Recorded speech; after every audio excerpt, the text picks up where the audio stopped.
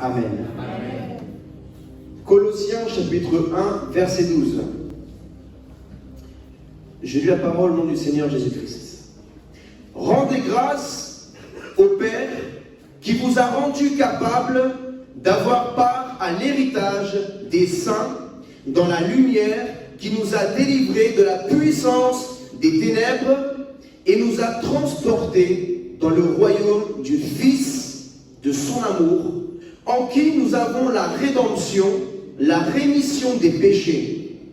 Il est l'image du Dieu invisible, le premier-né de toute la création, car en lui ont été créées toutes les choses qui sont dans les cieux et sur la terre, les visibles et les invisibles, trône, dignité, domination, autorité.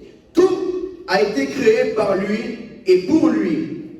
Il est avant toute chose, et toute chose subsiste en lui.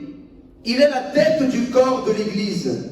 Il est le commencement, le premier-né d'entre les morts, afin d'être en tout le premier. Car Dieu a voulu que toute plénitude habitât en lui. Il a voulu par lui réconcilier tout avec lui-même, tant ce qui est sur la terre que ce qui est dans les cieux, en faisant la paix par lui, par le sang de sa croix. Acclamons la sainte parole de Dieu. Amen. Prenez place. Regarde ton voisin et dis-lui, Dieu va te parler ce soir. Je vous encourage à prendre un cahier, un stylo, aller dans bloc-notes, dans votre téléphone portable, vraiment. Aujourd'hui, c'est un enseignement. Et c'est le message principal de l'Évangile. C'est la raison même de la vie, de la mort et de la résurrection de notre Seigneur Jésus-Christ. Le thème du message d'aujourd'hui s'intitule, de l'enseignement d'aujourd'hui, l'importance de croire que Jésus est le Fils de Dieu. Amen. Peut-être que pour nous les chrétiens, c'est devenu même banal. C'est devenu quelque chose de normal de dire que Jésus est le Fils de Dieu. Mais ceci n'est pas une connaissance humaine. Ceci est une révélation divine. Et c'est cela que le diable ne veut pas que nous comprenions, nous l'humanité. C'est cela que le diable attaque le plus, la paternité de Dieu et la divinité de Jésus-Christ, le Fils de Dieu. Alléluia. Le diable a perdu la paternité de Dieu lorsqu'il a voulu se rendre l'égal de Dieu, son Père. Car les anges sont aussi appelés les fils de Dieu. Nous le voyons dans le livre de Job, lorsque la Bible décrit que les fils de Dieu étaient devant le trône de l'Éternel. Lucifer était un enfant de Dieu, était un fils de Dieu en tant qu'ange. Et il a perdu cet héritage de la gloire de Dieu. Il a perdu l'héritage de la vie éternelle lorsqu'il s'est enorgueilli contre Dieu son Père. Il a voulu se rendre l'égal de Dieu son Père par ses actions et pour un moment de plaisir. En échange d'un instant de plaisir temporaire, il a échangé un héritage éternel.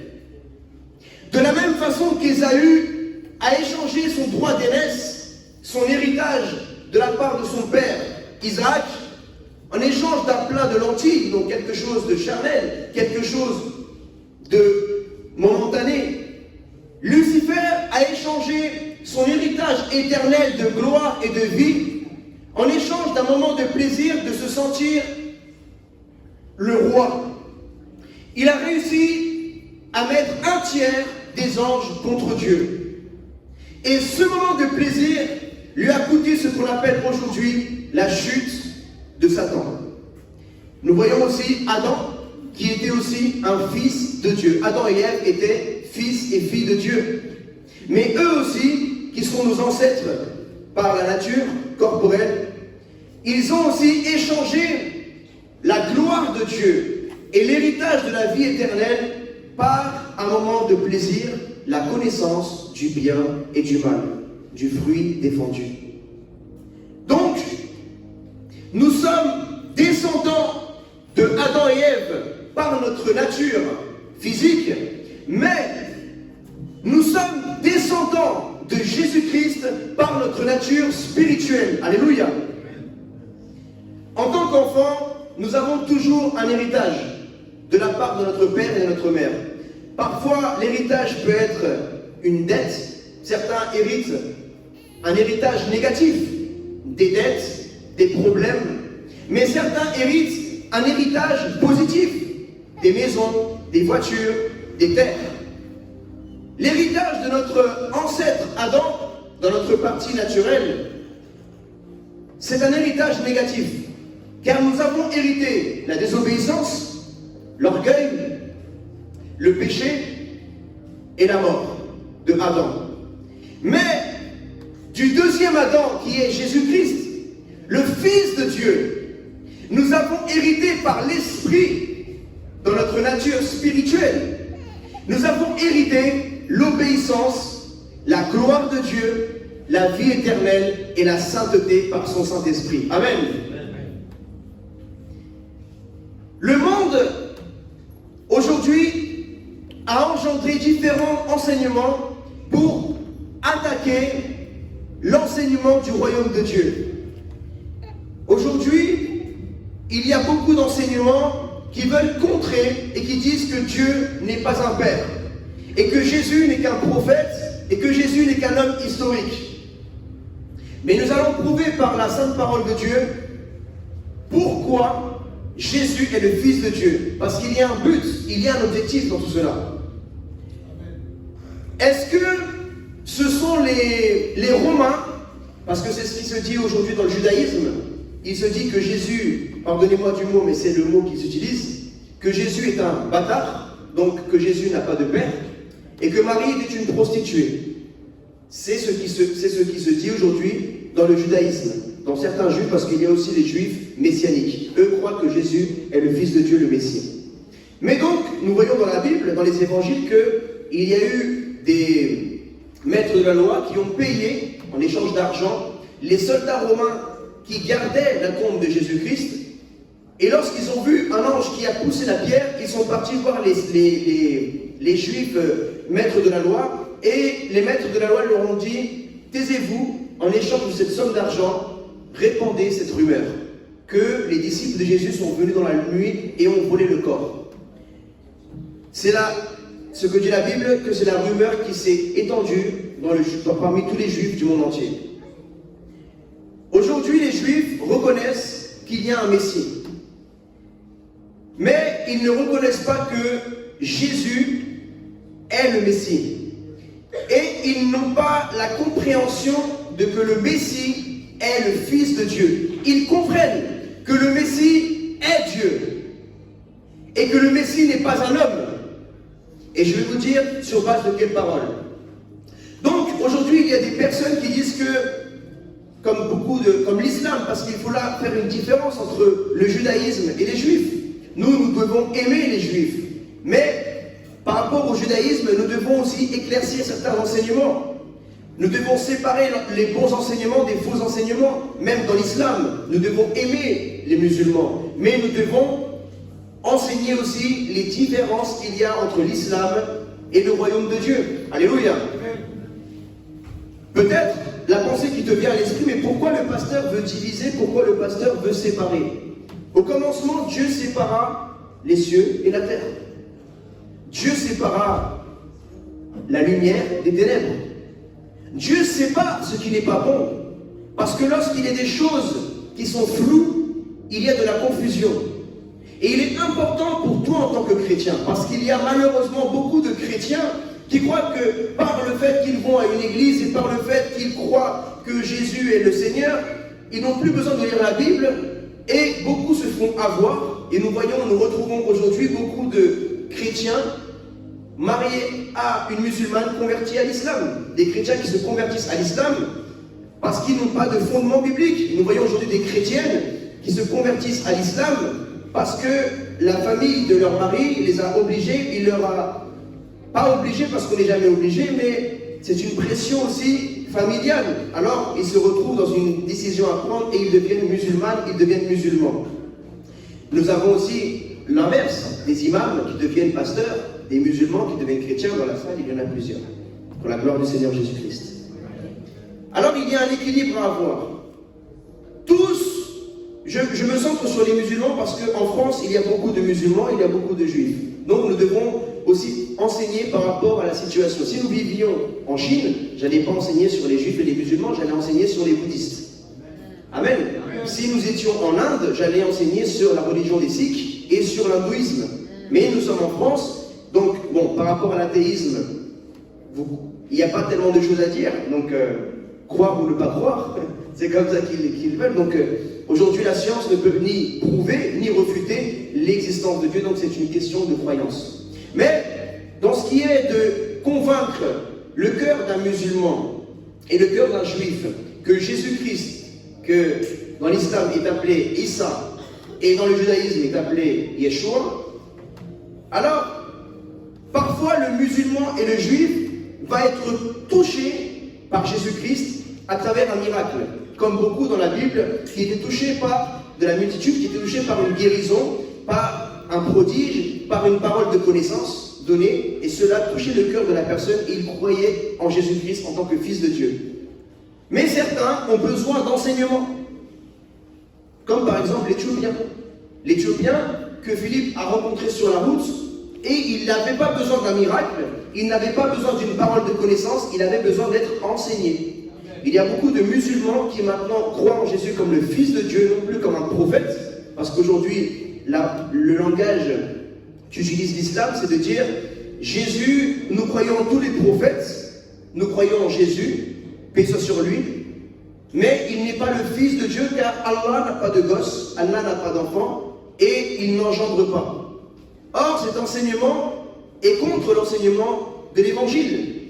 Et nous, les chrétiens, nous devons être radicaux. Amen. Amen.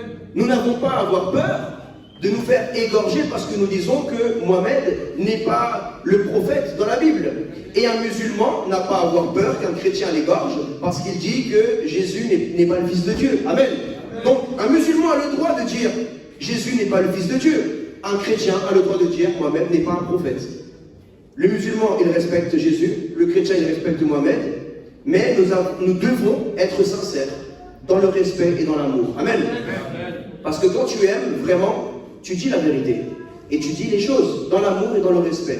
Mais si tu caches la vérité que toi tu connais, juste pour caresser la personne, le musulman ou le juif dans le sens du poil, tu auras des comptes à rendre devant l'Éternel le jour que tu seras devant lui. Parce qu'il te dira, mon fils, ma fille, je t'ai mis un musulman et une juive pour que tu lui parles de moi, du royaume des cieux, que tu lui donnes cette connaissance de l'évangile, que Christ est mort et ressuscité pour le pardon de nos péchés. Car l'enseignement qui se dit dans le judaïsme et dans l'islam, c'est que Jésus n'a pas été crucifié et ressuscité. Dans l'islam, ils disent que Allah, il a eu miséricorde de Issa, de Jésus, et qu'il a mis quelqu'un d'autre à sa place. Donc ça, c'est un enseignement qui est contre l'évangile. Alléluia. Et nous devons, voilà pourquoi je vous encourage tellement à faire l'école biblique, à venir aux études bibliques mardi et jeudi, à faire l'institut biblique pour que vous puissiez non pas être des chrétiens qui êtes comme des vagues, qui êtes influencés par n'importe quel vent de doctrine. L'apôtre Paul avait dit, s'il y a même un ange qui vous apporte un autre évangile que celui que je vous ai apporté, qu'il soit anathème. L'islam, pour le musulman, c'est une bonne nouvelle. Évangile, ça veut dire en grec la bonne nouvelle.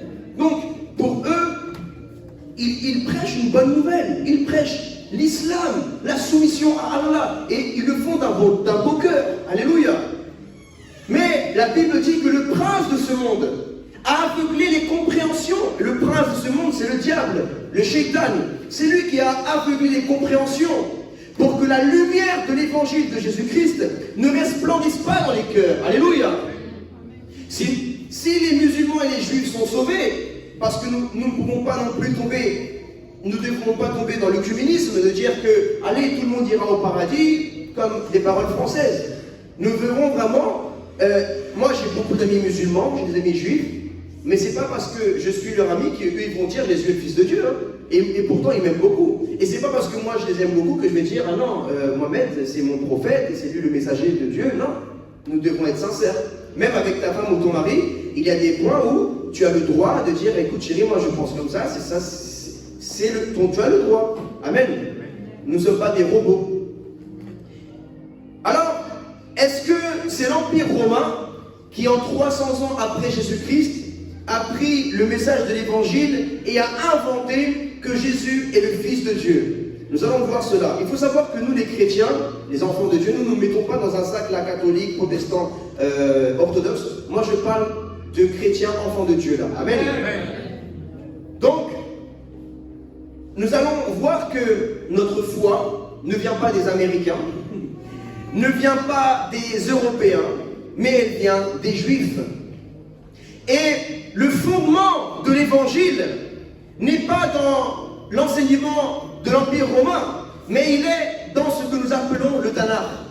L'Ancien Testament, en hébreu, s'appelle le Tanakh. La Torah n'est pas tout l'Ancien Testament. La Torah, c'est uniquement le Pentateuque, les 5 premiers livres de la Bible écrits par le prophète Moïse, inspirés par Dieu. Amen. Donc, à ne pas confondre. Ésaïe chapitre 9, verset 5. Ésaïe chapitre 9, verset 5. Ésaïe était un prophète juif qui a vécu approximativement 700 ans avant Jésus-Christ. Donc, il ne pouvait même pas imaginer qu'il allait avoir le christianisme, qu'il allait avoir ce qui s'est passé. Il n'était pas du tout influencé par cela. D'ailleurs, l'islam est venu 6 siècles, 600 ans après Jésus-Christ. Donc, Ésaïe, au chapitre 9, verset 5, il dit « Car un enfant nous est né, un fils nous est donné, et la domination reposera sur son épaule. On l'appellera admirable, avec un grand A, conseiller, avec un grand C, Dieu puissant, avec un grand D, et Père éternel, avec un grand P, et Prince de la paix, avec un grand P. » Amen. Qu'est-ce que nous remarquons par là? Ce verset que nous lisons, si vous allez dans une synagogue, vous demandez à un rabbin de vous lire le prophète Ésaïe, il me semble, au chapitre 9, verset 5, il va lire la même chose. Maintenant, la question que vous pouvez poser à un rabbin ou à un juif, à un frère, à un ami, vous lui dites, si Jésus n'est pas le Fils de Dieu, alors, que veut dire ce verset? Comment ça, un enfant nous est né? Comment ça, un fils nous est donné? La Bible dit dans Jean 3,16, car Dieu a tant aimé le monde qu'il a donné son Fils. Et là, la Bible dit, et la domination reposera sur son épaule. Et là, je vais toucher un thème intéressant pour les juifs et les musulmans, et pour nous les chrétiens. Il faut savoir que Dieu ne partage sa gloire avec personne. La preuve, elle est dans Ésaïe chapitre 42, verset 8. Notez tous les versets, c'est important. Ésaïe 42, verset 8. Il est écrit « Je suis l'Éternel, c'est là mon nom, et je ne donnerai pas ma gloire à qui? À un autre, ni mon honneur aux idoles. » Cela veut dire que le Messie, ce n'était pas quelqu'un qui n'était pas Dieu. Le Messie devait être Dieu. Alléluia. Même si nous parlons bibliquement par rapport à l'enseignement du Tanakh, de l'Ancien Testament, la prophétie d'Ésaïe 9,5, elle nous dit, on l'appellera admirable. Mais qui peut-on admirer si ce n'est Dieu? Ils appellent aujourd'hui Hachem, qui veut dire le Créateur. Qui peut être admirable si ce n'est le Créateur? Qui peut te conseiller avec un grand C si ce n'est Dieu? Hachem.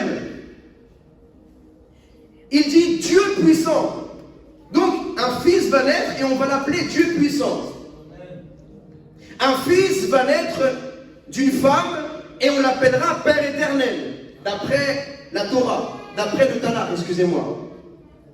Déjà, comment un fils qui naît d'une femme, selon la logique juive, peut être appelé Dieu puissant, Père éternel, si seul Hachem est Père et seul Hachem est Dieu puissant? Daniel chapitre 7 verset 13. Le prophète Daniel est né également approximativement 700 ans avant Jésus-Christ. Et il avait reçu le don des visions. Il a écrit: je regardais pendant mes visions nocturnes, et voici sur les nuées des cieux arriva quelqu'un de semblable à un fils de l'homme. Donc, Yeshua, Mashiach, Jésus-Christ. Il s'avança vers l'ancien des jours, le Père, et on le fit approcher de lui. On lui donna la domination, qu'on retrouve l'accomplissement de cette prophétie dans Ésaïe 9.5, on retrouve le mot domination encore dans Daniel chapitre 7, verset 13. La gloire, wow, là il y a un problème là. Comment est-ce que le Fils de l'homme peut recevoir la gloire et le règne, si ce n'est que Dieu qui peut avoir la gloire? Parce que sinon, tous ces trois versets que je suis en train de vous lire sont dans le même livre, le Tanakh. L'Éternel a dit: je ne donnerai ma gloire à aucun autre. Mais un juif qui lit ce verset et voit le livre de Daniel peut avoir un problème de confusion. Il se dit: mais je viens de lire dans Ésaïe 42 verset 8 que l'Éternel ne partage pas sa gloire avec un autre, et dans un autre verset je vois qu'on appellera Dieu le Fils, Dieu Tout-Puissant, Père éternel. Dans un autre verset je vois que un fils de l'homme s'approchera vers l'ancien des jours qui est le Père, et il recevra la gloire, la domination et le règne, et tous les peuples, les Arabes, les Kabyles, les Latinos, les Africains, les gens des îles, les Européens, les Asiatiques, tous les peuples de la terre, et les nations, et les hommes de toutes langues, arabes, chinois, mandarins, français, anglais, juifs, hébreux, le servir. Sa domination est une domination éternelle, qui ne passera point, et son règne ne sera jamais détruit. Alléluia, acclamons le Seigneur. Alléluia.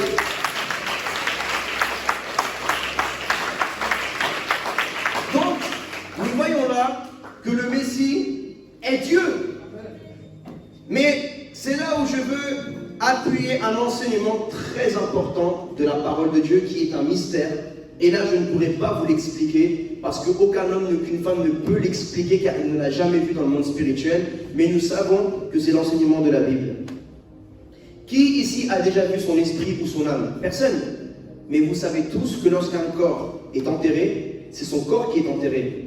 Mais son âme, sa raison, même quelqu'un qui est athée, il sait que l'être intérieur de cette personne n'est plus là et qu'il est quelque part. Le Fils, le Messie est Dieu, mais il n'est pas le Père. Le Fils est Dieu, il est Dieu le Fils, mais il n'est pas Dieu le Père. Le Saint-Esprit n'est pas le Père, le Père n'est pas le Fils, et le Fils n'est pas le Saint-Esprit. Mais le Père est Dieu, le Fils est Dieu, et le Saint-Esprit est Dieu. Ceci n'est pas une connaissance humaine, c'est une révélation. Même un musulman et un juif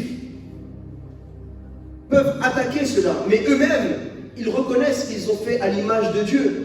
Et eux-mêmes ne comprennent pas comment est-ce qu'ils sont un seul être, une âme, avec un esprit, dans un corps. En tant que juifs, en tant que musulmans, ils ne peuvent pas expliquer ça.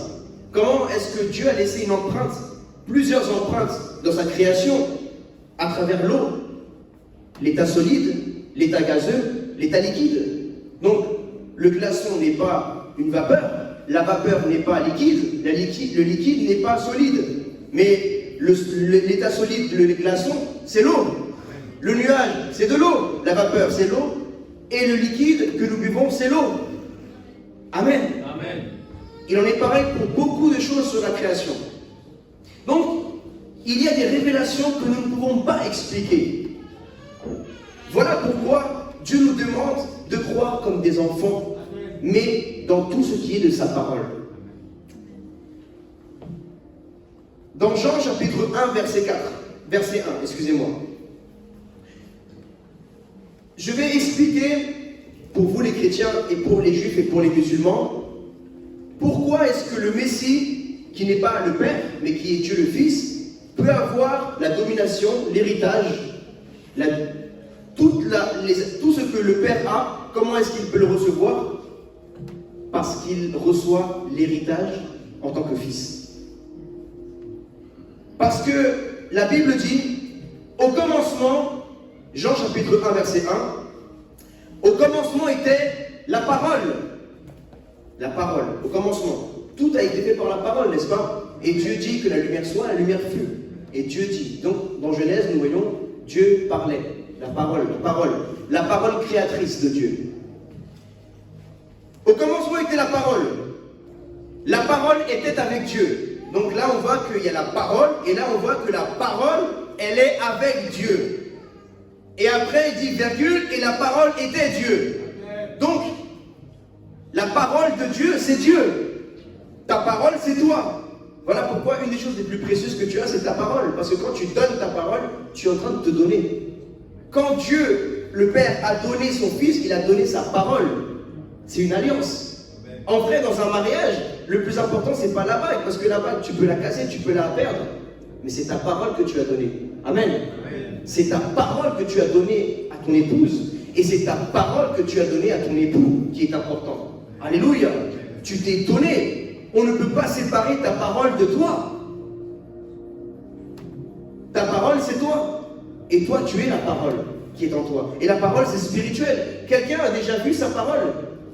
Quelqu'un a déjà vu? Non. Même ce qu'on écoute dans les écouteurs, c'est spirituel, c'est incroyable.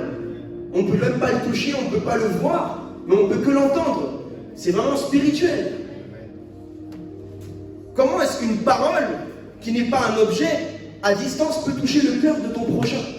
Une parole positive à distance, alors qu'il n'y a aucun objet matériel, alors qu'il n'y a aucune forme que vous ne pouvez voir ni toucher, comment est-ce que je peux arriver à vous toucher maintenant à 2, 3, 5 mètres de distance? Comment est-ce que Dieu a réussi à nous toucher alors qu'il est dans un autre monde spirituel, une autre dimension? Par sa parole. Et la meilleure façon d'expliquer la divinité du Fils à un musulman ou un juif, c'est en expliquant que le Messie est la parole de Dieu. Lorsque tu expliques à un musulman que Isa est la parole d'Allah, et que la parole d'Allah, dans l'islam, je parle au langage du musulman, parce que l'apôtre Paul se faisait grec pour les Grecs et juif pour les Juifs. Amen. Amen. Pour appuyer ce que je vous dis, à un moment, l'apôtre Paul était dans une ville grecque et il a adopté son langage aux Grecs. Il leur a dit, j'ai vu qu'il y avait un lieu qui s'appelait le Dieu inconnu. C'est ce Dieu-là que je prêche, le Dieu inconnu, il a dit. Pourtant, il savait que son Dieu s'appelait le grand je suis. Mais il a adapté son langage aux gens de la Grèce, aux Grecs. Et il leur a dit, le Dieu que je vous prêche, c'est le Dieu que vous appelez le Dieu invisible, le Dieu inconnu.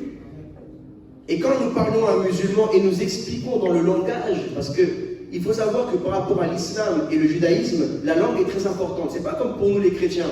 Nous, on parle français, anglais, mandarin, et les langues, on ne donne pas trop d'importance. Mais pour un musulman, il faut savoir que dans l'islam, l'arabe, c'est la langue d'Allah. L'arabe, c'est la langue du ciel. Et le prophète de l'islam, il était arabe, donc il y a la culture et la religion sont une dans l'islam. Ce qui est différent envers nous les chrétiens. Aujourd'hui, nous, par exemple, quand quelqu'un se donne à Jésus, on ne lui demande pas d'apprendre l'hébreu, on ne lui demande pas d'apprendre le français. Dans sa langue, le Seigneur s'adapte. Amen. Alors, il faut adapter son langage. Et parfois, je rencontre des juifs, même parfois des rabbins, et je leur dis shalom. Et je leur dis, fils d'Abraham, pour rigoler, je les taquine. Fils de David, comment vas-tu? Comment? Et je lui dis, mon Dieu, c'est Hachem, Dieu d'Abraham, d'Isaac et de Jacob. Et je leur parle comme ça, il me dit, mais comment tu connais ça? Et je commence à lui parler. As-tu déjà lu le prophète Échaïa, chapitre 53? Mais moi, je connais le Tanakh. Alors, on commence à lui parler dans des langages et ça interpelle. C'est comme si quelqu'un te parle dans ta langue natale et je dis, oh, même si tu veux pas, tu veux le zapper, mais dès que c'est comme moi, je vais dans la rue et quelqu'un me dit excusez-moi, et après il me dit, hola, ¿cómo estás? Moi, je me dis, je me retourne, je dis, comment tu parles espagnol? Et ça va te toucher, n'est-ce pas? Eh bien, j'ai eu le témoignage de beaucoup de musulmans que lorsqu'on dit 2-3 mots en arabe, ça les interpelle et ça les touche. Ils disent, ouais, mais comment tu connais Ibrahim, Abraham, Suleiman, pas Suleiman de l'église, hein, Suleiman, lui c'est Sullivan, c'est pas pareil. Suleiman, c'est Salomon. Et Daoud, Daniel, ou David plutôt. Et Moussa qui est Moïse. Adam, Hawa qui est Adam et Ève. Mais c'est des petits mots que c'est bien qu'on apprenne pour apporter l'évangile. Parce que c'est par amour pour eux qu'on le fait. Amen. C'est par amour. Et alors on leur apprend que Injil, c'est l'évangile. Et donc, c'est important de leur expliquer que Issa, il est le deuxième Adam. Le deuxième Adam, comme dit la Bible. Et que le premier Adam a commis le haram, l'illicite. Et le paradis était interdit pour l'humanité. Donc les descendants de Adam et Hawa, de Adam et Ève. Mais que Dieu, que Allah, il a envoyé un deuxième Adam qui est Issa. Et comme il est écrit dans leur Coran qu'il est né de l'esprit, fils de Myriam.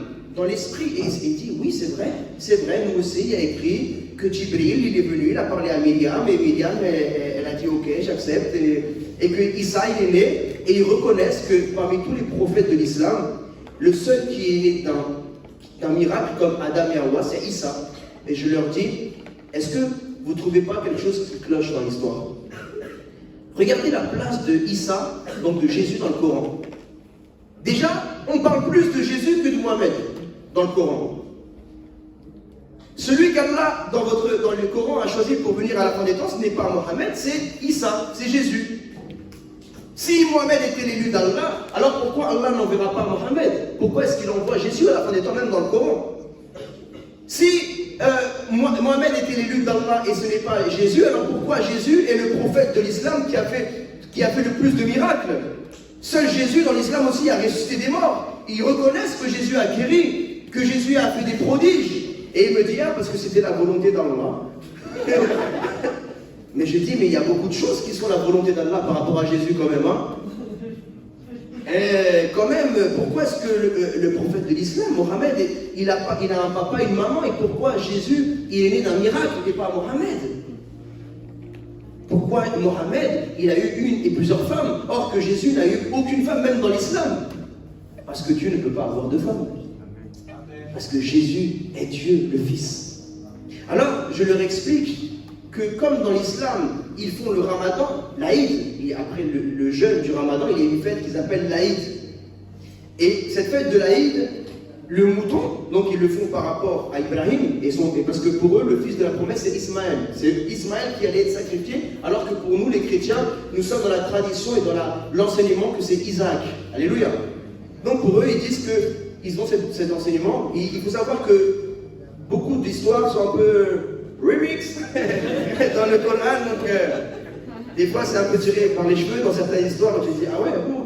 Par exemple, Jonas, c'est pas la même que nous.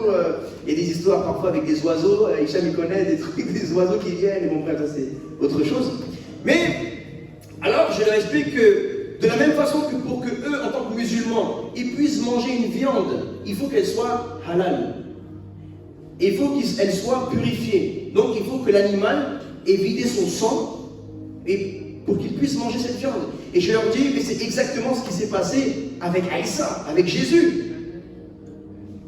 Personne ne pouvait manger de l'héritage de la vie éternelle. Mais Jésus, qui est le deuxième Adam, à la croix, il a été vidé de son sang. Et là, il s'est rendu halal. Parce qu'il est l'agneau de Dieu. C'était pas un kebab. J'ai dit, attention, c'est pas un kebab. Commence pas à voir Jésus comme un kebab. Hein. Mais Jésus, pour nous, c'est l'agneau. C'est l'agneau, c'est comme ça que la Bible l'appelle, l'agneau de Dieu. Amen. Mais cet agneau, quand il s'est offert en sacrifice, il s'est vidé de son sang.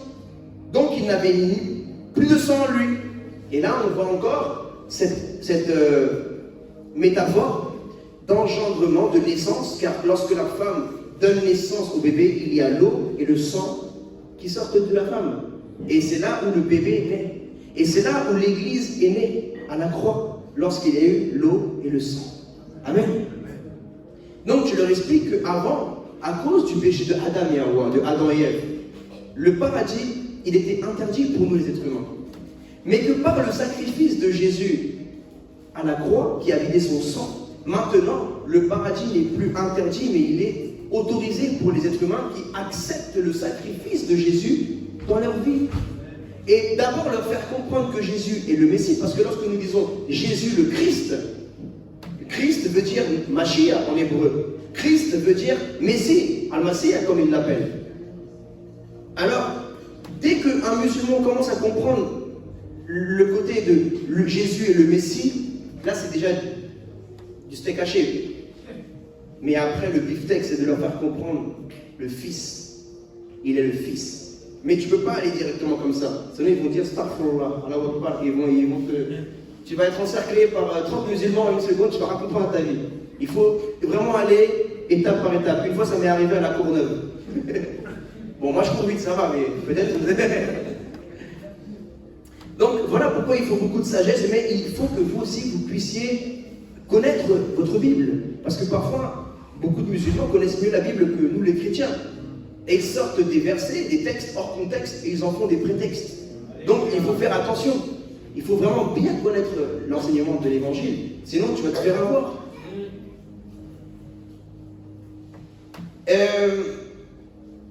Jean chapitre 1 verset 1, verset 2, elle était, la parole de Dieu, qui est Dieu, était au commencement avec Dieu. Toutes choses ont été faites par elle, donc par la parole, et rien de ce qui a été fait n'a été fait sans elle. En elle était la vie, et la vie était la lumière des hommes. Amen. Donc, comme je disais, lorsque tu as un ami musulman en face de toi, tu lui expliques avec son langage que est-ce qu'il reconnaît que tout a été créé par la parole d'Allah. Lorsque tu lui dis, est-ce que tu reconnais en tant que musulman que l'univers a été créé par la parole d'Allah? Alors il va dire, oui c'est vrai, Allah a tout créé par sa parole. Il dit, ok. Alors tu lui demandes, deuxième question, est-ce que la parole d'Allah est différente d'Allah? Il va dire, non, Allah, la parole d'Allah c'est Allah. J'ai dit, ok. Mais tu dis, est-ce que la parole d'Allah est créatrice comme Allah? Ou est-ce que Allah le créateur, il n'y a que Allah qui est créateur et pas sa parole? Il dit non, la parole d'Allah est créatrice comme Allah. Donc j'ai dit, tu sais, chez nous, Jésus, Issa, c'est la parole d'Allah. Et vous dites que Allah a tout créé par la parole, donc Allah a tout créé par Issa. Et puis, si je vois que le cœur du musulman il est disposé, je dis même Mohammed a été créé par la parole d'Allah qui est Jésus. Alléluia. Même Mohammed, le prophète de l'islam, il avait besoin d'être sauvé. Parce que même dans le Coran, il dit que le prophète de l'islam, Mohammed, il a demandé pardon à Allah. Et quelqu'un qui demande pardon, c'est quelqu'un qui a commis un péché. Or, ils reconnaissent que Jésus n'a jamais péché. Même dans le Coran, ils disent Issa, c'est le seul qui n'a jamais péché dans l'islam. Excusez bien de dire, nous on aime tous les prophètes. C'est vraiment le message, le slogan universel des musulmans. Ah, machallah, nous on aime tous les prophètes. Alhamdoulilah, on aime tous les prophètes. Mais tu lui dis, alors, si Jésus dans le Coran n'a jamais péché, explique-moi quelque chose. Qui est le seul qui n'a jamais péché si ce n'est Allah? Alors là, il va dire, je sais pas, il va parler arabe. Tu lui dis, mais mon frère, tu viens me dire que Allah est le seul qui n'a jamais péché, mais tu me dis que Jésus n'a aussi jamais péché. Et le seul qui n'a jamais péché, c'est Dieu, car seul Dieu est saint. Un être humain ne peut être que bon ou méchant. Même le prophète de l'islam, Mohammed, qu'on respecte, que ce soit lui, et que tous les autres prophètes, ils ont commis des péchés. Ils ont demandé pardon à Allah. Mais tu me dis que dans le Coran, le seul prophète qui n'a jamais péché, c'est Jésus. Alors explique-moi ça. Si Jésus n'a jamais péché, alors tu viens de me dire que Jésus est Dieu. Et là, il va te dire, je dois aller à la prière. Il y a l'appel de la prière. Salam alaikum khoya. Alaikum salam. Merci, ça a été un plaisir de parler avec toi. On aime tous les prophètes. Amen. Dans Jean 1, chapitre 1, verset 12. Mais à tous ceux qui l'ont reçu, à ceux qui croient en son nom, au nom de qui? De Jésus, du Fils. Pas au nom de Jésus. Elle a donné le pouvoir de devenir enfant de Dieu. On ne peut pas devenir enfant de Dieu par l'islam, par Mohamed. On ne peut pas devenir enfant de Dieu par Moïse, par le judaïsme. On devient enfant de Dieu par le Saint-Esprit de Dieu, par l'esprit d'adoption que nous a donné le Père par son Fils Jésus-Christ. Car un juif et un musulman dans l'islam et dans le judaïsme, ils se voient uniquement serviteurs de Hachem et serviteurs d'Allah. Mais un serviteur, il ne reçoit pas d'héritage de son Seigneur, il reçoit un salaire. Et le salaire du péché, c'est la mort. Et même s'il recevait un salaire, c'est comme, il faut d'abord avoir un compte pour recevoir ce qu'il y a dans le compte. Nous parlons de récompense. Jésus parle de récompense. Il dit, je reviens bientôt et ma récompense, mes rétributions avec moi, selon chacun, l'œuvre de chacun. Mais pour avoir les récompenses, il faut d'abord avoir un compte dans le ciel. Il faut d'abord être sauvé.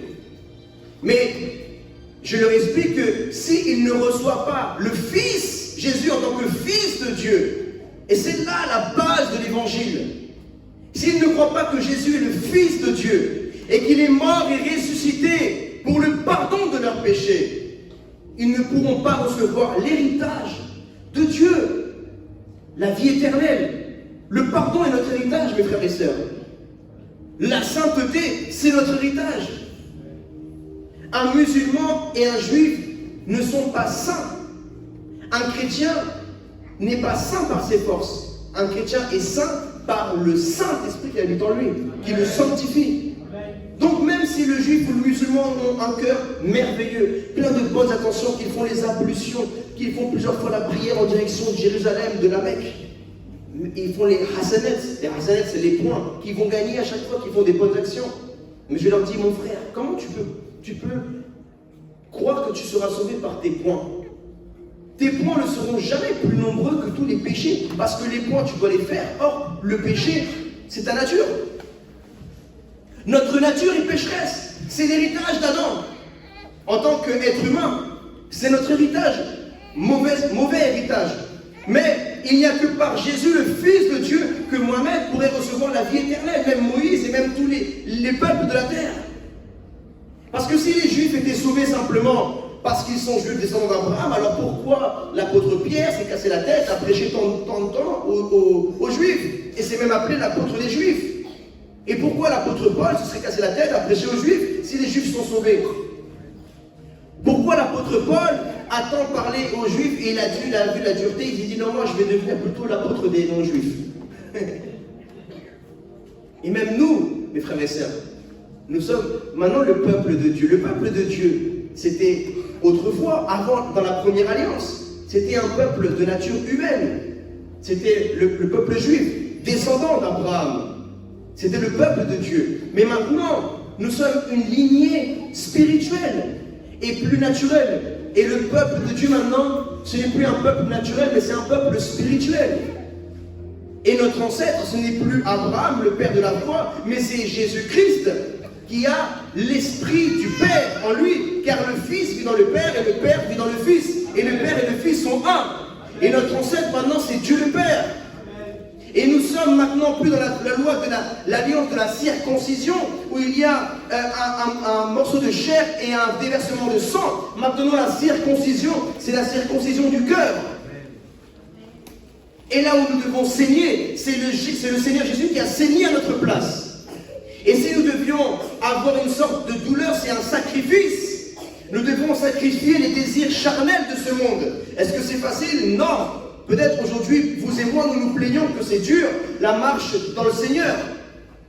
Mais est-ce que c'est plus dur pour vous et moi, ou pour Jésus qui a payé de sa vie physique à la croix, qui a été cloué, humilié, craché, crucifié? C'était plus dur pour lui. Mais il l'a fait par amour pour nous. Donc, comment vivras-tu une vie de sanctification? C'est par l'amour. C'est dans l'amour que tu trouveras la force de te sanctifier, mon frère, ma soeur. C'est dans l'amour que tu trouveras l'envie de lire la Bible. Amen. Tu crois que moi j'aimais bien lire la Bible? J'étais une personne, et je vous l'ai déjà dit, mais je vous le redis encore. J'étais viré de plusieurs lycées à Paris. J'étais interdit au rectorat de Paris du 75. Je ne pouvais plus aller dans aucun établissement dans Paris. Je n'aimais pas lire. Je n'aimais pas la lecture.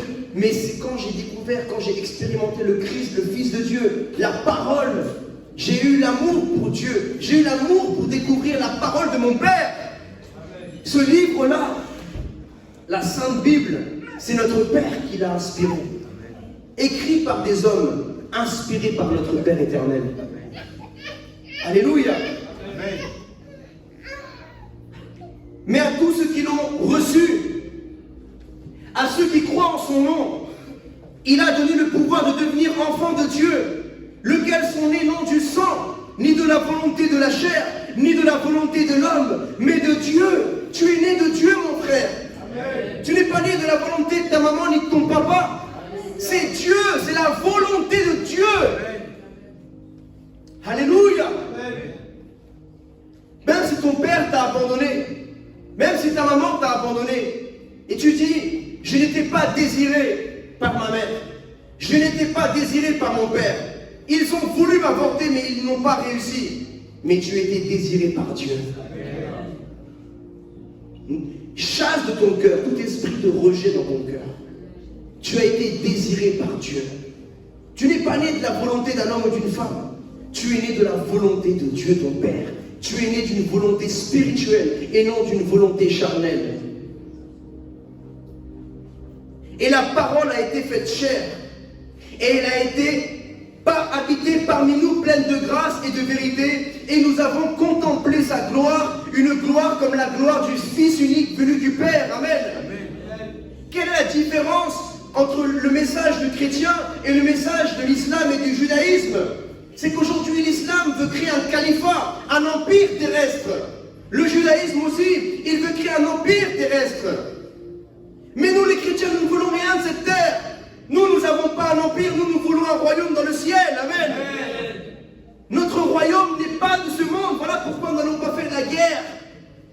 Voilà pourquoi notre ennemi n'est pas le musulman, notre ennemi n'est pas le juif, notre ennemi n'est pas l'américain, l'occidental. Notre ennemi, c'est la nature charnelle, c'est nos péchés. Notre ennemi, c'est le diable. Notre ennemi, c'est l'orgueil. Notre ennemi, c'est le péché. C'est la musique du monde. C'est le mensonge. C'est les grossièretés. Notre ennemi, c'est tout ce qui attriste le Saint-Esprit de Dieu. Alléluia. Amen. Ne nous trompons pas d'ennemis. Amen. Nous devons aimer notre prochain. Sinon, comment disons-nous, j'aime un Dieu que je ne vois pas, mais je n'aime pas mon frère musulman et mon frère juif ou mon frère chrétien que je peux voir de mes yeux. Hypocrite. Nous devons d'abord aimer la création de Dieu, parce qu'en aimant la création, tu manifestes l'amour à ton Créateur. Amen. Mais si tu détestes la création, alors tu détestes le Créateur. Voilà pourquoi Jésus a dit, celui qui accepte le Fils accepte le Père. Mais celui qui rejette le Fils rejette le Père.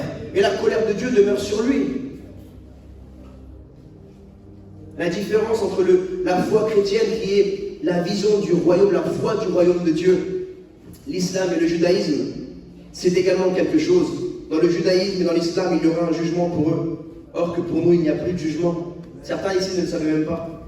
Vous ne serez plus jugés. Qui a accepté le sacrifice de Jésus-Christ à la croix? Si vous l'avez accepté, vous n'avez plus de jugement. Car Jésus a été jugé à votre place il y a 2000 ans. Et il ne peut y avoir qu'un seul jugement pour une personne, pas de jugement pour la même erreur ou le même péché, même condamnation. À la croix, qu'est-ce qui s'est passé? Jésus a été jugé pour toute l'humanité avant l'heure. Donc quand tu te présenteras devant Dieu, il y aura une porte, c'est le jugement, l'autre porte, c'est l'attente du tribunal du Christ. Là où tu vas recevoir les récompenses éternelles, le trône du Christ. Donc qu'est-ce qui va se passer? Si tu es enfant de Dieu, ton héritage, c'est que tu ne dois plus aller être jugé, parce que Jésus qui vit en toi a été jugé à ta place. Il a été reconnu. Lui qui était innocent, il s'est rendu coupable, pour que toi tu sois reconnu innocent. Alléluia. Alors que c'est toi et moi les coupables. Mais maintenant nous sommes couverts par un revêtement d'innocence, le sang de l'agneau innocent. Amen. Amen. Ça peut paraître compliqué, mais c'est un enseignement qu'il faut que vous méditiez. C'est comme la nourriture, il faut la mâcher, il faut la mâcher, il faut la mâcher. pour après l'avaler, avoir une bonne digestion. Alléluia, on ne peut pas avaler des morceaux de viande comme ça, sinon vous allez vous étouffer.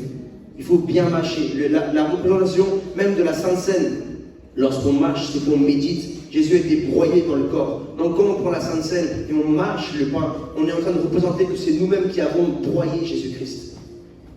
Lorsqu'on boit son sang, on est en train de représenter spirituellement que le sang de Jésus a été coulé à notre place pour nous. C'est nous qui avons bu son sang, c'est nous qui l'avons crucifié. Souvent on dit c'est les Juifs, c'est les Romains, mais c'est nous, les Juifs et les Romains, qui l'avons crucifié. C'est à cause de nous qu'il a été à la croix. Parce que si nous n'aurions pas désobéi, l'humanité en tant qu'Adam et Ève, Jésus ne serait jamais descendu sur terre pour donner sa vie pour l'humanité. Amen. Amen. Maintenant, je commence l'atterrissage. C'est comme quand je voyageais en retour de la France, et le pilote il dit maintenant, dans 30 minutes nous allons commencer l'atterrissage. Et là je commence l'atterrissage. Il y a quelque chose qui se dit beaucoup parmi les juifs et les musulmans, dans l'islam et dans le judaïsme. Ils disent, c'est vous les chrétiens qui dites que Jésus est fils de Dieu. Jamais Jésus n'a dit qu'il est le fils de Dieu, c'est vous. Vous êtes disciples de Paul, vous n'êtes pas disciples de Jésus. Alors là, par la parole de Dieu, nous allons montrer bibliquement qui a témoigné, combien de personnes ont témoigné que Jésus est le Fils. Alors la première personne qui a témoigné et qui a reconnu la divinité de Jésus, c'est Dieu son Père. Matthieu chapitre 3 verset 17. Lorsque Jésus s'est baptisé, la Bible dit qu'une colombe est descendue du ciel. Alléluia. Et il est écrit au verset 17. Et voici une voix se fit entendre des cieux, ces paroles. Celui-ci est mon quoi? Bien-aimé, en qui j'ai mis toute mon affection. Alléluia. Tant que tu n'as pas le Fils en toi, tu n'as pas l'affection de Dieu en toi. L'affection de Dieu dans un être humain, il vient uniquement lorsqu'il reçoit le Fils. C'est lorsque tu reçois le Fils qui a toute l'affection de Dieu le Père que maintenant Dieu t'affectionne au point où il t'épargne parce que Jésus s'est donné pour toi. Donc le premier qui a témoigné, tu peux dire un musulman, le premier c'est Allah, c'est Dieu. Parce que regarde, c'est Dieu qui a parlé lorsque Jésus Isa s'est fait baptiser, c'est Dieu qui a dit voici mon Fils. Donc c'est le premier témoignage, le témoignage de Dieu. Le deuxième témoignage, ça a été les démons. Les démons ont témoigné, donc les djinns, les démons, les mauvais esprits, ils ont témoigné que Jésus est le Fils de Dieu. Dans Matthieu chapitre 8, 28.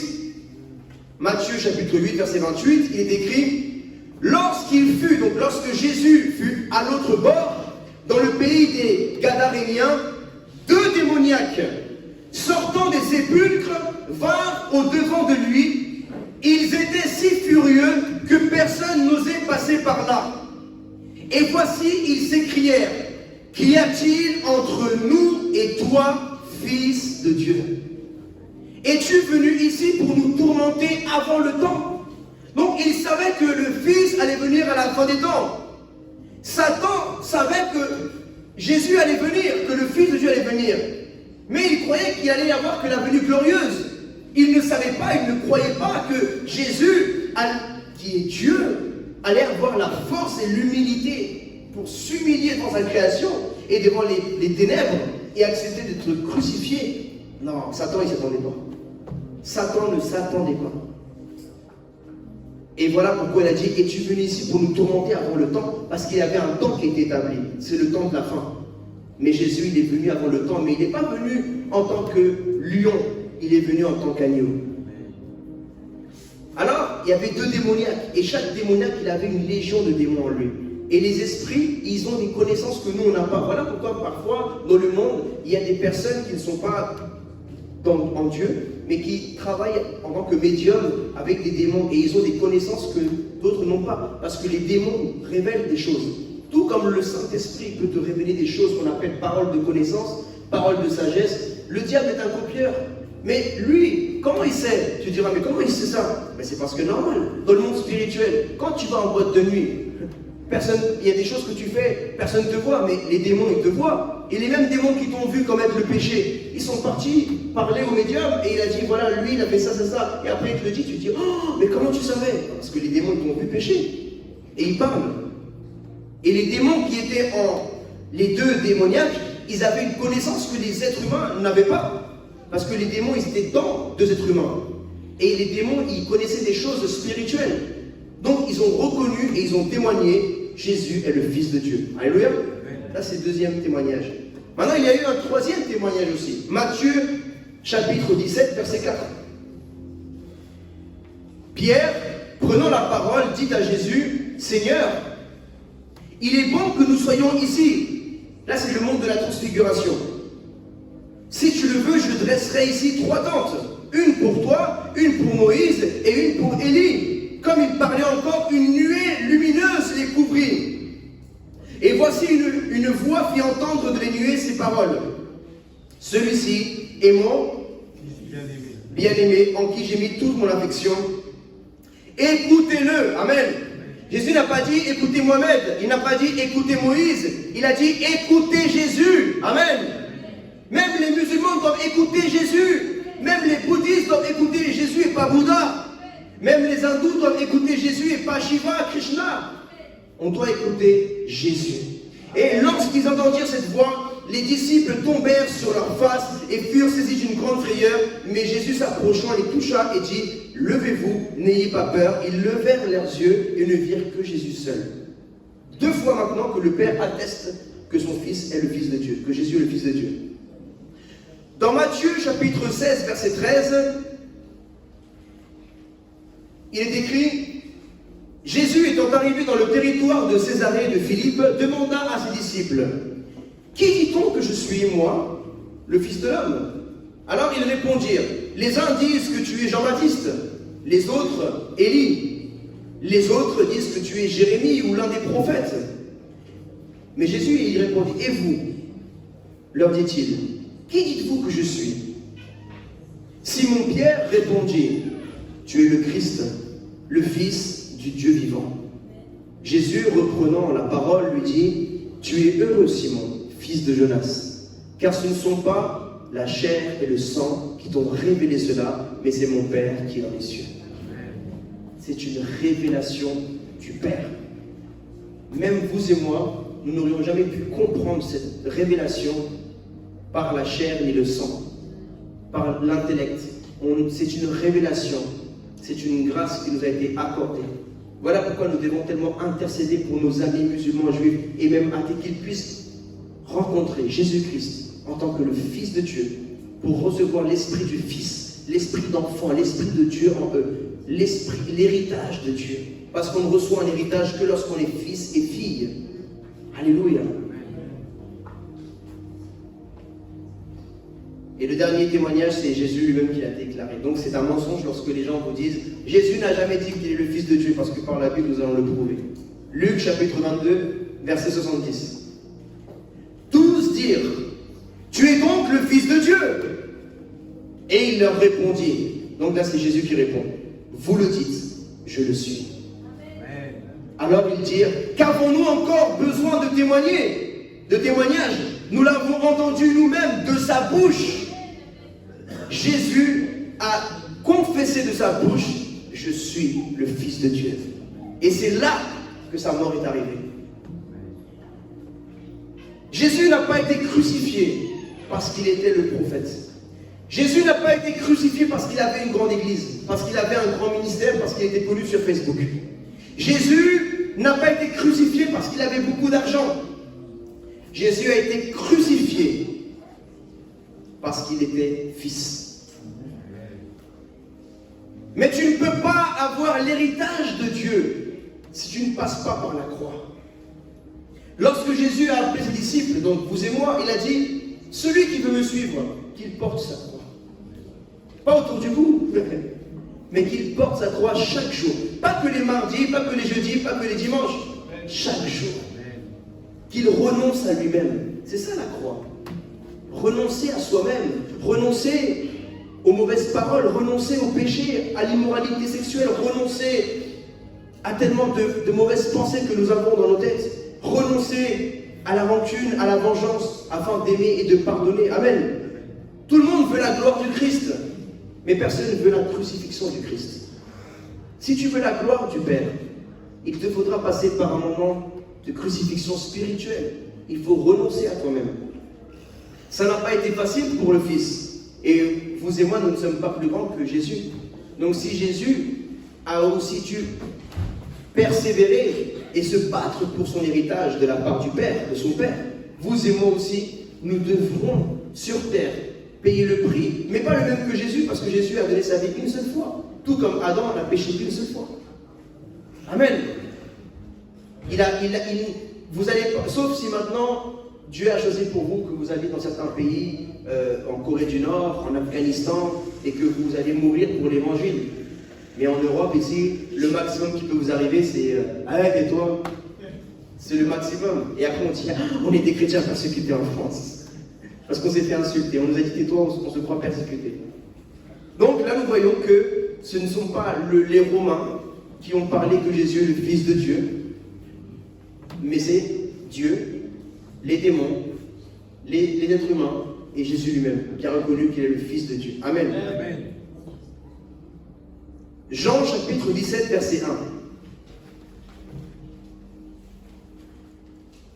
Merci pour votre temps, je saurais l'honorer, je ne mets pas encore trop de temps, mais j'aimerais vraiment vous partager encore quelques versets bibliques afin que vous puissiez les méditer tout au long de cette semaine.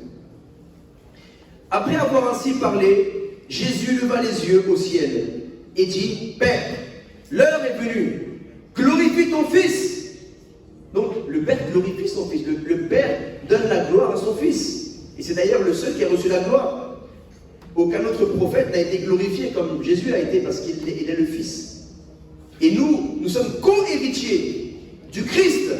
Donc nous serons glorifiés dans le ciel avec Jésus-Christ.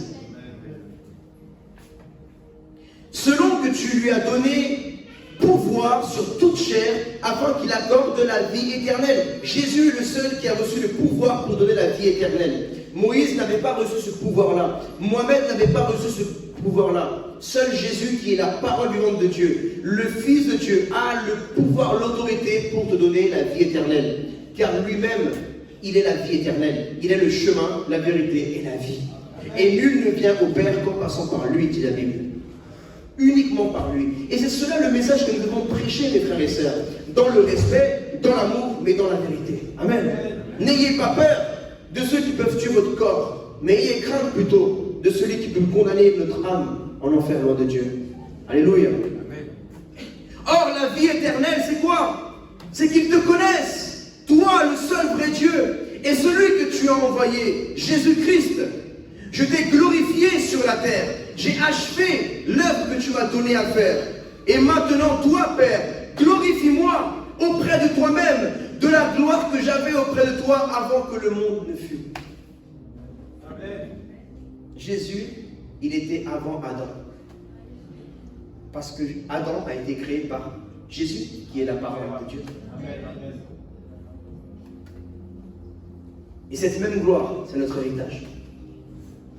C'est magnifique. J'ai fait connaître ton nom aux hommes que tu m'as donnés du milieu du monde. Quelle est notre mission? Faire connaître le nom de Jésus. Car c'est le nom de Jésus qui sauve. Ils étaient à toi et tu me les as donnés. Et ils ont gardé ta parole. Maintenant, ils ont connu que tout ce que tu m'as donné vient de toi. Car je leur ai donné les paroles que tu m'as données. Et ils les ont reçues. Et ils ont vraiment connu que je suis sorti de toi. Et ils ont cru que tu m'as envoyé. Amen. Pourquoi Jésus est sorti du Père?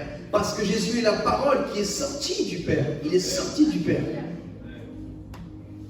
Jean 3, 36. Celui qui croit au Fils a la vie éternelle.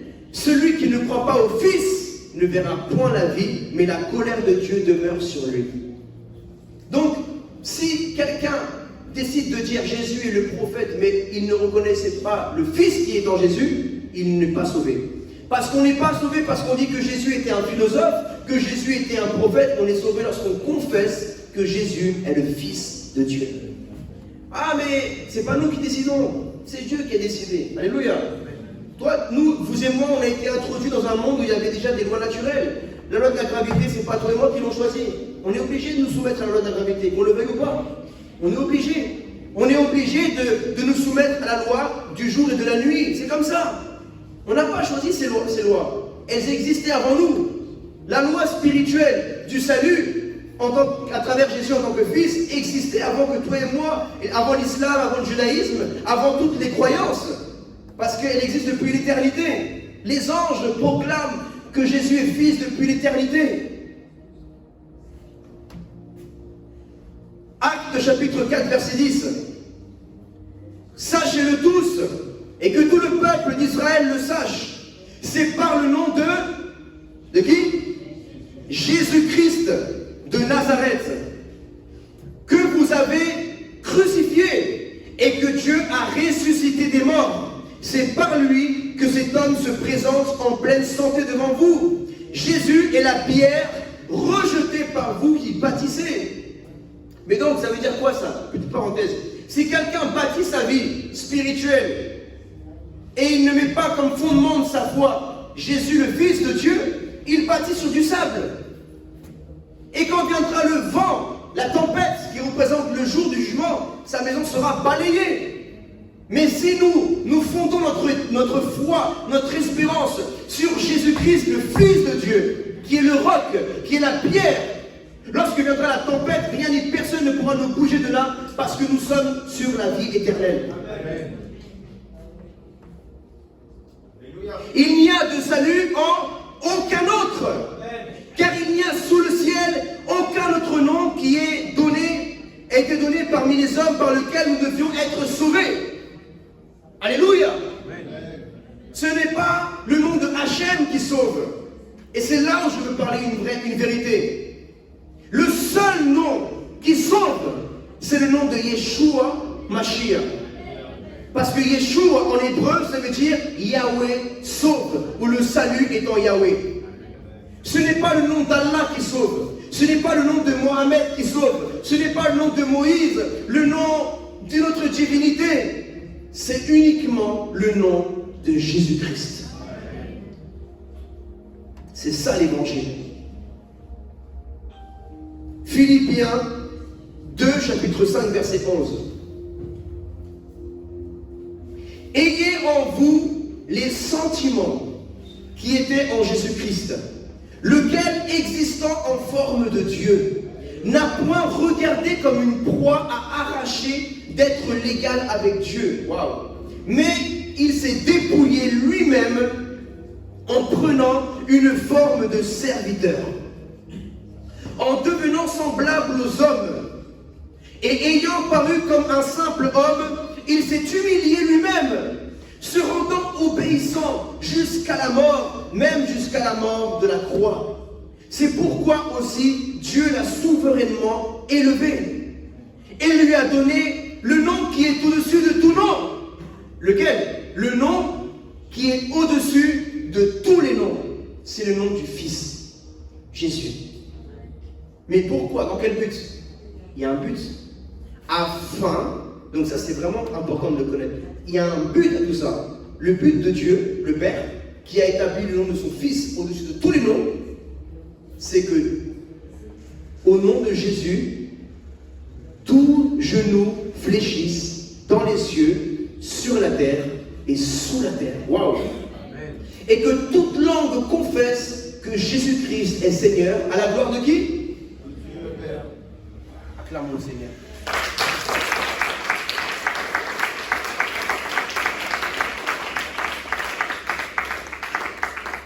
Pourquoi Dieu a élevé Jésus? Parce qu'il s'est humilié. Dieu va t'élever sur terre et dans le ciel quand tu vas t'humilier. Si tu ne t'humilies pas, si tu n'es pas humilié, tu ne seras jamais élevé. Avant que Jésus n'aille au plus haut endroit de l'univers qui est la droite du Père, il est d'abord allé au endroit le plus profond de la terre, le plus bas, qui est le Sheol, le séjour des morts. Parfois, nous vivons des temps dans notre vie comparables au séjour des morts. Sur la terre, c'est une métaphore que je vous parle. Parfois, tu passes par des moments difficiles dans ton foyer, difficiles sentimentalement, difficile financièrement, difficile dans la santé. Tu dis, je suis presque en enfer, c'est un enfer ce que je vis. C'est vrai, c'est ça que le monde utilise comme langage. Tu lui dis, comment tu vas? Non, je vis un enfer. Je vis un enfer dans mon foyer. Je vis un enfer avec ma femme. Je vis un enfer avec mon mari. Je vis un enfer au travail. Je vis un enfer. Tu as l'impression de vivre un enfer. Mais j'aimerais te dire gloire à Dieu. Parce que c'est là où Dieu va te briser. C'est là où Dieu est en train de te travailler. C'est là où Dieu est en train de te montrer qu'il est le seul dans ta vie. Que tout le monde peut t'abandonner. Parce qu'il t'aime pour ce que tu as. Mais Dieu t'aime pour qui tu es. Parce que tu es son fils. Parce que tu es sa fille. Et il t'a aimé le premier. Ce n'est pas toi qui as aimé en premier. Peut-être ta femme, c'est toi qui l'as aimé en premier. Peut-être ton mari, c'est toi qui l'as aimé en premier. Peut-être ton patron, tu l'as aimé en premier parce qu'il t'a donné l'argent. Sinon, tu ne l'aurais pas aimé. Mais Jésus, il t'a aimé le premier. Il n'a pas attendu que tu l'aimes pour t'aimer. Lui, il t'a aimé d'abord. Et après, toi, tu l'as aimé. Amen. Lui, il a cru en toi d'abord. Quand toi, tu ne croyais même pas en lui, lui, il croyait en toi. Quand personne ne croyait plus en toi, parce que tu étais un menteur, une menteuse, personne ne te croyait plus. Mais Dieu, il t'a cru et il a cru en toi. Quand tu l'as dit, Dieu, je veux changer. Pourtant, tu étais un gros mytho. Mais quand tu as dit à Dieu, je veux changer, Dieu t'a pris au sérieux. Il a dit, ok, je sais que tu es menteur. Je sais que tu es menteuse parce que toute ma vie, je t'ai entendu mentir. Mais je crois que ce que tu dis, je veux croire en toi. Et je vais te le montrer en te donnant ma vie. Alléluia. Ce n'est pas qu'avec des paroles que nous devons montrer notre amour à Dieu, mes frères et sœurs. C'est avec nos actes. On peut dire, Jésus, je t'aime. Mon Dieu, je t'aime. On va à l'église le dimanche, mais dans la semaine, aller dans des bars, boire la bière, fumer la chicha, fumer du shit, voler, coucher avec des hommes et des femmes hors mariage, regarder la pornographie. C'est ça aimer Dieu? Répondez-moi, frères et sœurs. C'est pas ça l'amour. L'amour véritable, c'est dans les œuvres. Parce que la foi sans les œuvres, elle est morte. L'amour sans les œuvres, elle est morte. Si on aime vraiment Dieu, il faut vraiment qu'on marche dans la sainteté. Et si on est tombé dans le péché, comme nous tous ici, on doit se relever par amour. On doit continuer par amour. Bien sûr, la culpabilité viendra. La pensée de que tu es un hypocrite viendra. Mais qu'est-ce qui est plus grand? L'amour que tu portes à Dieu ou la culpabilité que tu ressens?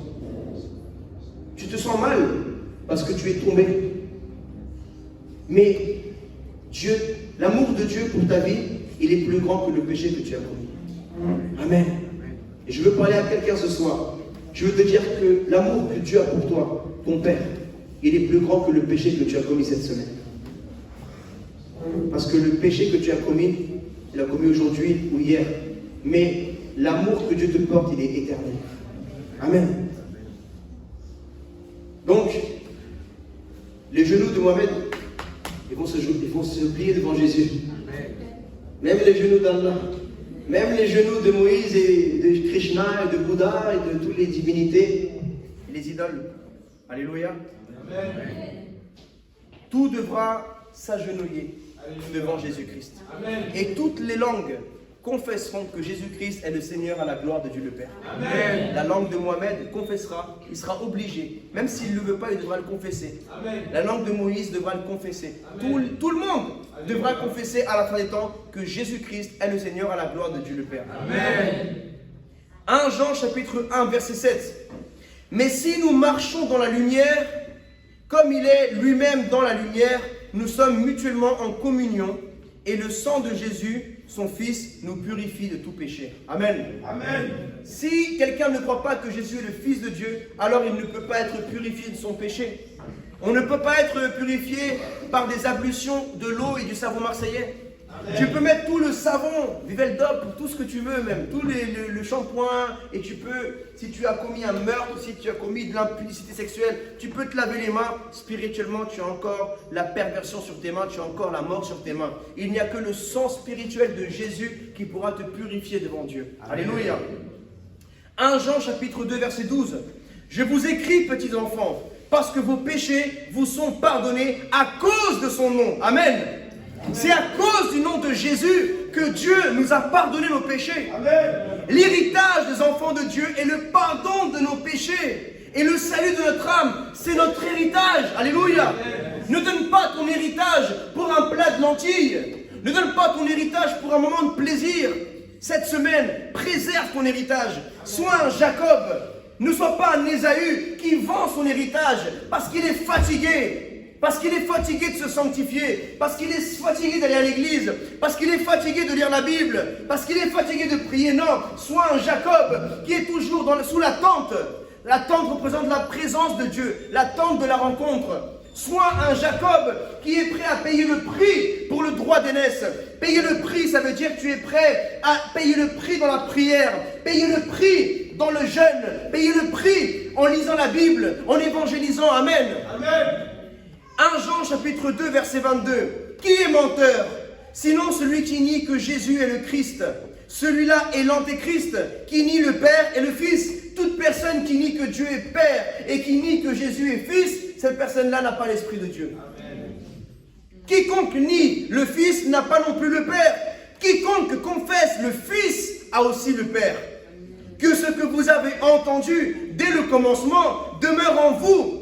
Si ce que vous avez entendu dès le commencement demeure en vous, vous demeurez aussi dans le Fils et dans le Père.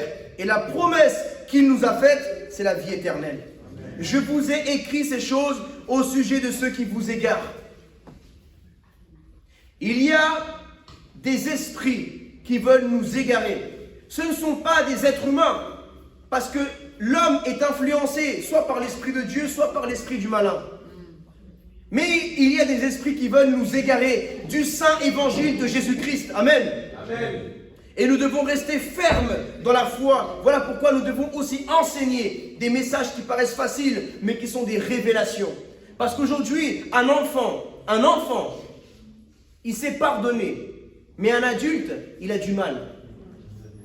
Pourtant, l'adulte, il connaît tous les mots. Le pardon en grec, ça veut dire ça. En hébreu, ça veut dire ça. Le mot pardon, pardonner, pardonus, pardolium.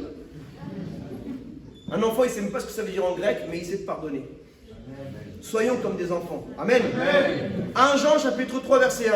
Voyez quel amour le Père nous a témoigné pour que nous soyons appelés enfants de Dieu. Et nous le sommes. Si le monde ne nous connaît pas, c'est qu'il ne l'a pas connu. Bien-aimés, nous sommes maintenant enfants de Dieu et ce que nous serons n'a pas encore été manifesté. Waouh! Mais nous savons que lorsque cela sera manifesté, nous serons semblables à lui parce que nous le verrons tel qu'il est. Le corps que tu vois dans ton miroir, ce ne sera pas ton apparence dans le ciel. Là, tu as un corps naturel. Tu as un corps qu'on appelle un corps corruptible. Mais dans le ciel, après ta mort, ça sera le passage entre le corps corruptible et tu entreras dans ton corps incorruptible éternel. C'est comme le bébé. Lorsqu'il passe par la partie de sa maman, il quitte une réalité et il rentre dans une autre réalité. Il respirait par le cordon ombilical, mais maintenant il est coupé. Le cordon ombilical le sépare maintenant de la réalité du ventre de sa maman qui représente la terre, le corps. Et il rentre maintenant dans une autre réalité terrestre. Et nous aussi, nous allons quitter le cordon naturel qui est ce corps et nous allons être maintenant dans un corps spirituel. Le bébé respire dans le cordon par le placenta et tout ça. Et maintenant, il respire par ses narines lorsqu'il sort de ce lieu. Et nous aussi, là, nous respirons, nous avons une réalité, nous avons une vitesse. Mais comme j'enseignais le mardi et jeudi, dans le monde spirituel, il n'y aura plus de gravité. Parce que c'est une loi terrestre. Ce n'est pas une loi spirituelle. Il n'y aura plus le jour ni la nuit, dit la Bible. Il n'y aura plus les larmes et les pleurs. Il n'y aura plus les malédictions. Il n'y aura plus la mort. Il n'y aura que la vie, que la joie. Alléluia. Même, nous ne communiquerons plus de la même façon. Juste avec le regard et la pensée, nous allons communiquer. Il y a des témoignages, même des personnes qui voient dans le monde spirituel la vitesse, comme je témoignais. Et ils disent, et c'est quoi la réalité? C'est que dans le monde spirituel, il n'y a pas de gravité.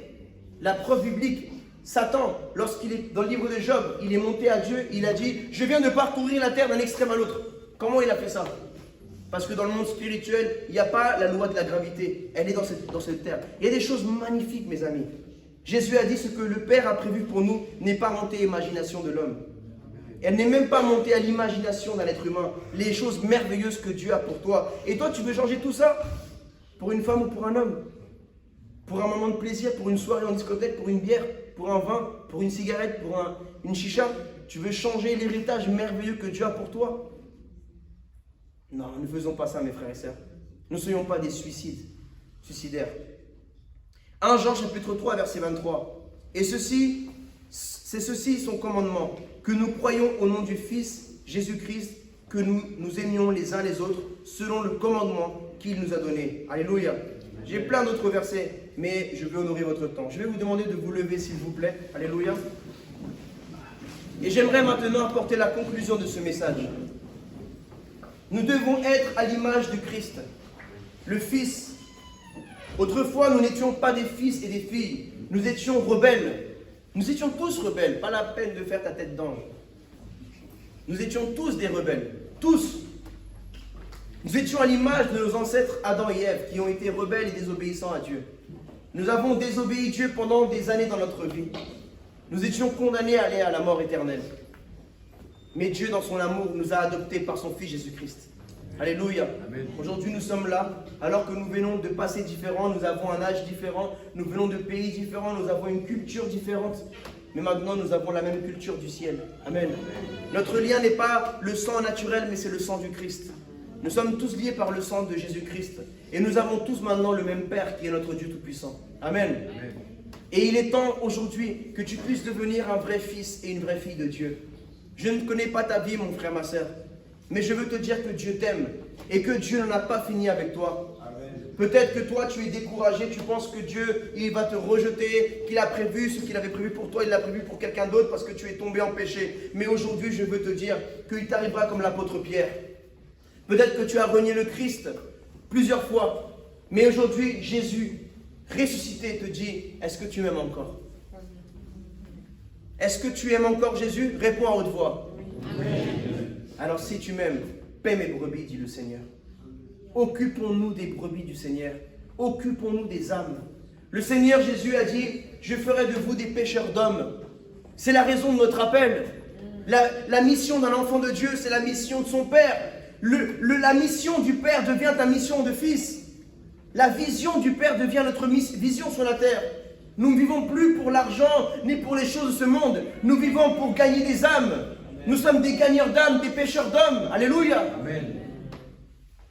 Je ne sais pas quelles sont tes priorités, je ne sais pas quels étaient tes projets. Mais aujourd'hui, ce soir, quand tu rentres chez toi, redéfinis tes projets. Redéfinis les plans que tu as pour ta vie. Et dis, Seigneur, voici mes projets. Mais je veux te dire, comme Jésus à Gethsémani, qu'il en soit fait ta volonté et pas la mienne. Amen. Parce que les projets de Dieu pour ta vie sont plus grands que tes projets pour ta vie. Amen. Amen.